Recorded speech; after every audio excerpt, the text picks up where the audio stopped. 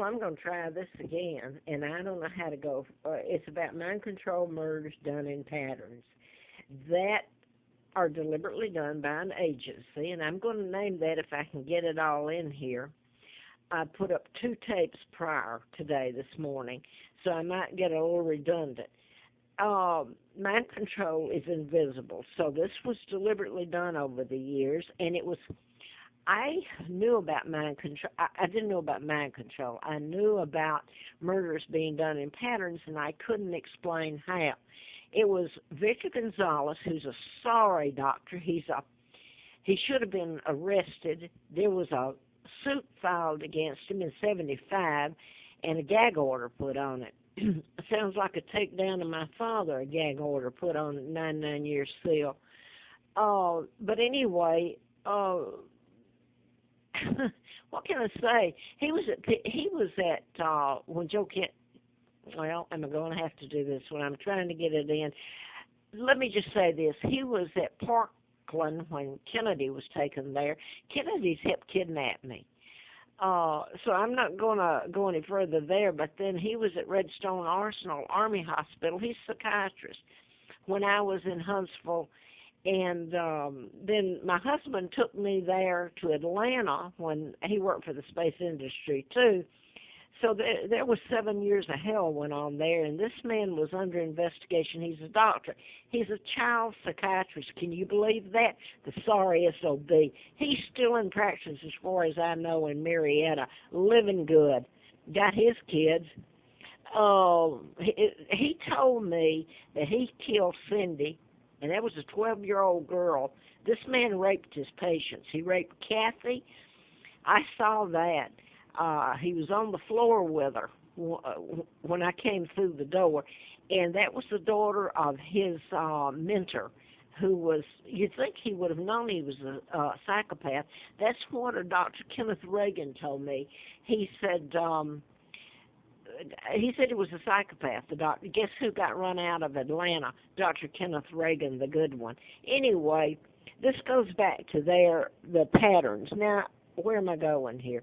I want to say the patterns involve the name. I'm just going to show the mind control. Some of them. McVeigh, the Army put a chip up him. Okay, I think I told you about the Giffords. My sons Mark and Scott are heirs after me. I'm Victoria II. And they do it in patterns, and this is messed up. I don't guess I'll get it across. These are twins.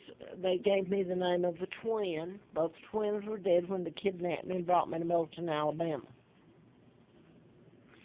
In 1941, I was born in 39. Now, the patterns involved, I found out in 83 about my kidnapping. My son Mark is there after me, and then Scott, my second born. And this is Mark Kelly, married to Gabby Gifford, a congresswoman who I just ran. I didn't get it. And Mark and Scott Kelly, and they're astronauts, NASA, and they're twins. That was in Aurora, Colorado, but there's a lot more to the patterns than that. I will say this was my uncle, George, in 39 with Roosevelt, who appointed Kennedy ambassador to England. They helped take down my father. My own uncle helped kidnap me and take down his own brother with lies. And this is supposedly the Queen Mom, a lie. Elizabeth's mother. It's illegal. And she's Elizabeth Bowes, kin to the Rothschilds, the Freemasons. So this woman did not marry my father. She married a double. Simpson did. And I'm going to leave that there and try. This is my Aunt Georgia O'Keefe, Irish. My mom's Claudia Ruth O'Keefe. So I'm going to say this. This is the doctor I wrote about, one of them, Larry McDonald, the congressman whose plane went down in 83. Larry Flint has mentioned him in this article endorsing me in April of 84. Now then, the name McDonald, as in the McDonald chain of burgers. That's where I'm at now, at this place. It's behind McDonald's off Lee Highway in Troutville, Roanoke. And this is the name McDonald, like Larry McDonald, or Lawrence is Lawrence County, Alabama, where they took me also. Montgomery is where the birth certificates are filed.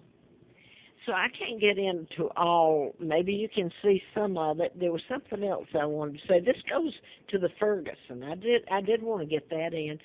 St. Louis. You got St. Louis, and I can't give you all the data. That's the Golden Arches that began in 1963. So you get into a lot of stuff you wonder who really put it together. JFK was shot, and that's when they were doing me, and the Warren Commission covered it up. So that was the Golden Arches, and then McDonald's, and this whole thing about civil rights, I've never had any. That's where someone else is doing your thinking for you, and the thoughts are no longer yours. So you talk about civil rights violations, and that's what's happened to these people who are being programmed. Now then, I'm knocking this around because this isn't going to go up either, but I wanted to put Jack Hartsfield. By the way, Jack was at Huntsville, Alabama, NASA, and he worked for the Huntsville Times, a reporter. He was also FBI. So I put this on other tapes, and I'm going to try to get it up. And when they locked you up medically, or was that psychologically for your own protection, there was little doubt in my mind that someone was dropping the hammer on you for saying too much or maybe learning too much. Now, this is another letter from him. By the way, I don't know if he's kin to Hank Hartsfield, the astronaut. I always thought he was. But, yeah, there's something to the shuttles that went up, especially the one where the twin, she was a twin, was on it. But that's on other videos and everything. And this is his letter. So to discredit you, the logic of some very sinister people was simply to go to any length to destabilize your life, make you appear to be nuts, loony, schizophrenic, paranoid, to break you, if at all possible, psychologically and emotionally. After all, it was the guts of the U.S. space program. By the way, who financed that, really? I can tell you.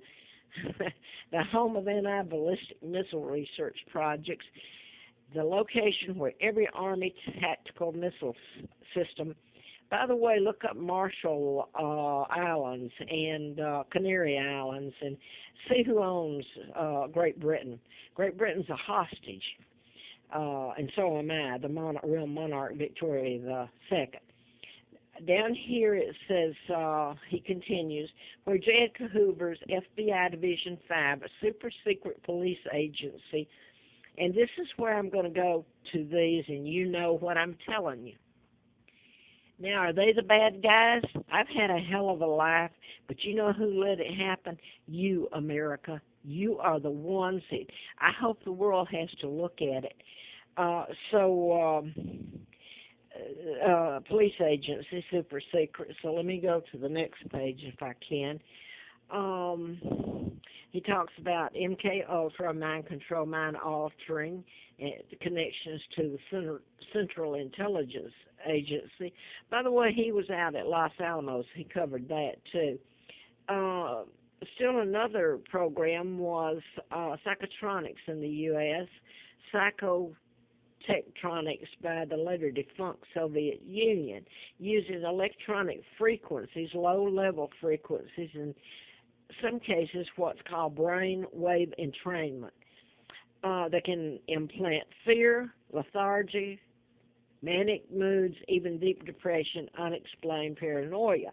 This was stolen, this information, from Nikola Tesla back in the 30s, and the FBI had it.